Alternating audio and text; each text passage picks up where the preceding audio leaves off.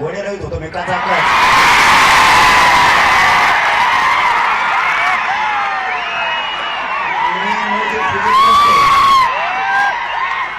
आणि मी काय सांगितलं मला माझ्या जातीवर कुणी जर अन्याय केला तर मी त्याला सोडित नाही. मग तो किती जागीरदाराच्या आवडाला सोड. आज सत्ताधारी पक्षातले मला दुसराही प्रश्न विचारला आणखी याच्यात की तुम्ही नाव घेत नाहीत. मी काही जण म्हणले लढत नाही. तुम्हाला काय माहिती मी लढतो का नाही?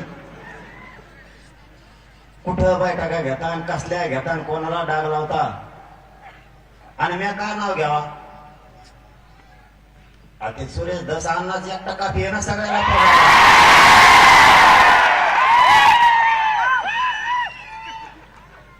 मराठ्यांना एक जाहीरपणानं सांगतो, एवढंच बोलणार आहे मी, याच्या पुढचं बोलणार.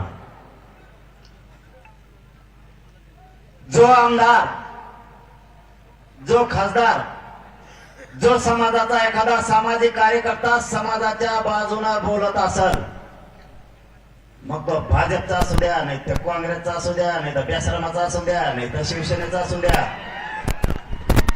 त्याच्या बाजूला ठामपणानं इथून पुढच्या काळात जातीच्या सगळ्या लोकांनी त्याच्या बाजूला उभारायचं. मग तो कोणाचा असू द्या. आपलं वैयक्तिक जर काय असेल तर ते नंतर बघू. प्रकाश दादा सुद्धा बोलले का नाही? संदीप भैया बोलले, परत ते विजय शेपंडित बी बोलले. आज गैरहजर येतो ना, पण समजा बोलले ना, हे सांगतोय मी. खासदार बोलले, मग पक्षाचं कोणत्या पण असू द्या, मी जाहीरपणाने सांगतो तुम्हाला, त्याच्या पाठीशी समाजाच्या लोकांना उभं राहायचं शिका. जोपर्यंत ते आपल्या बाजूने बोलतात तर आपण त्याच्या बाजूने. आपल्या सोडून पक्षाचा वडा लागला ते ढकलू. समाजाच्या बाजूला बोलतोय तोपर्यंत समाजाने ठाम त्याच्या पाठीशी उभं राहायचं.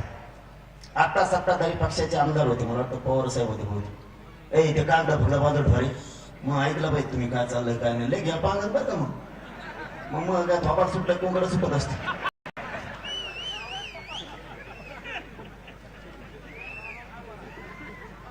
पवार साहेब बोलले नाही रे, आवड नाही रे पवार साहेब. आणि माझ्या का पाठ नाही का काय का ते नाव बोलणारे ते बोलले. ते असं म्हणले, आरोपी अटक होस्तर माग सरकारणार नाही. सरकार तुमचं माग कुठं सरकार तुमचं सगळं लफडं तुमचं. ते आता नवीन एसपी आले ते तर कचाकच लोक धरतं म्हणून बरं आहे. आला लईट निभार लागलं दिसत टंगडीला धरून उडी कसा कसं आणतंय सगळं इकडे. माझी एक विनंती आहे आजच्या दिवशी, त्याच्यामुळे मी जास्त बोलणार नाही म्हणतो. सत्ताधारी पक्षाचे पण इथे, विरोधीचे पण इथे, राजे साक्षीला हे सुद्धा सत्ताधारी पक्षाचे पाटील साहेब सुद्धा लयच मोठे हो का. तुम्ही एक काम करा, तुम्हीच मुख्यमंत्र्याकडे जा.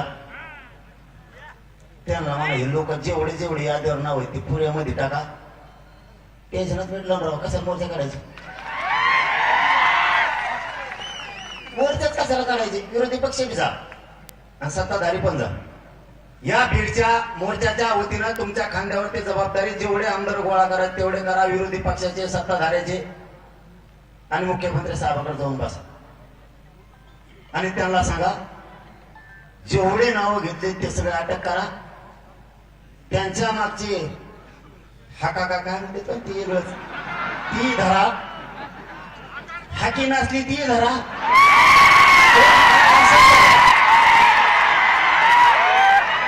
जाऊन दे 7.5 एकदाच्या मध्ये कळाला का? आम्ही पठ्ठे तुमच्या मागे, तुम्हाला धक्का सुद्धा लागून द्यायचा. संतोष भैयाच्या त्या लेकीच्या चेहऱ्याकडे बघा.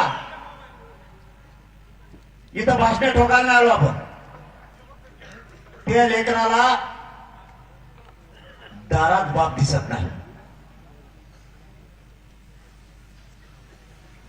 त्या लेकराने बापाचा छत्र हरवलाय. तिला जर दुःख आलं तर तिच्या पाठीवरून कोणी हात फिरायचं. तिच्या तोंडावर हात फिरवणारा सोन्यासारखा बाप गेला. तुमचे आमचे भाषण होत राहतील. तुम्हाला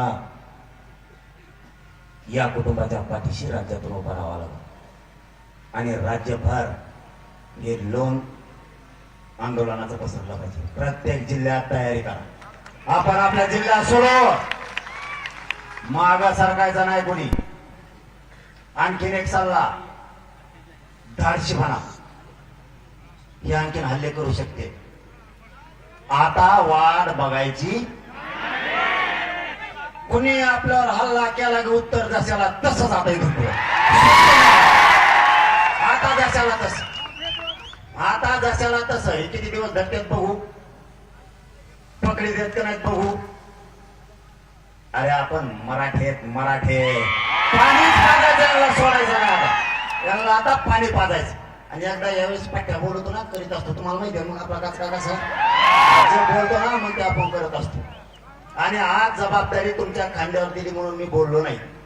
आज जोडून सांगतो तुम्हाला सगळ्या मुख्यमंत्र्याकडे जा, त्यांना सांगा हे उचलून टाका. कोण कोण येत ना हे धरा. हे सापडणं काय मोठी गोष्ट नाही. एकही शब्द मुख्यमंत्र्याला बोलणार नाही जनतेसमोर सवाल नाही. जर नाही धरलं मी कचाकच घोडेला येऊन बरं का तुमच्या पायावर हात लावून सांगतो, हे लेकराचं तोंड नाही बघू शकत तुम्ही. तुमचा नेता आमचा दुश्मन नाही आणि विरोधी पक्ष हे का सासरे नाहीत आमचे. आमचं लेकरू गेलं, आमच्या आईच्या कंपाळाचं कुंकू पुसलंय, त्या लेकराचं तोंड सुद्धा बघू वाटत.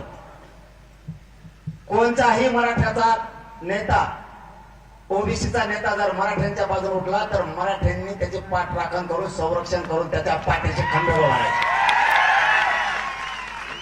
उपकार विसरायचे नाही. पण पुढच्या काळात सावध राहा. आरोपी सापडणं काय लय मोठी गोष्ट नाही. अरे आमची अशी फजिती केली, आमचे फुलं टाकणारे लोकांवर सुद्धा गुन्हे दाखल केले.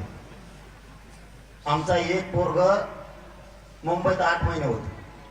काय केलं तर कमेंट टाकली, कमेंट बोलला असेल काही, आणि तुम्हाला खून केलेले आरोपी सापडत नाही. ही किती मोठी गोष्ट, ही किती मोठी गोष्ट आहे. साधे 107 चे पोरं सुद्धा 107 म्हणजे सहज विषय 154च्या नोटीसवाले सुद्धा नेऊन बसवले. तुम्हाला आरोपी सापडत नाही. सरकार आलंय, सरकार गोरगरिबांना न्याय देणार का नाही. संतोष भायाचा हत्या झाली, परभणीचं प्रकरण झालं, राजगुरुनगरला झालंय, त्याच्यानंतर उरणमध्ये झालंय, काल धाराशिव मध्ये झालंय, आंबड मध्ये एका मुलीला फाशी घ्यावा लागली. तरीही ते रॅकेट पकडलं जात नाही. परवा रात्री पुन्हा एका मुलीला छेडछाड करून त्या आरोपीला जाऊन सांगितलं, मला सत्तेचं पाठबळ आहे, मला कोणी अटक करू शकत नाही, मी या पोरीला घरात घुसून उचलून नेणार, असा आरोपी म्हणतोय. मग जर हे मुख्यमंत्र्यांच्या हातात सत्ता येऊन अधिकार येऊन जर मराठ्यांना न्याय मिळत नसला आणि तुम्ही जातीवादी मंत्री जर पोचणार असला तर आम्हाला बंदुक्या हातात घ्यावा लागणार आहे.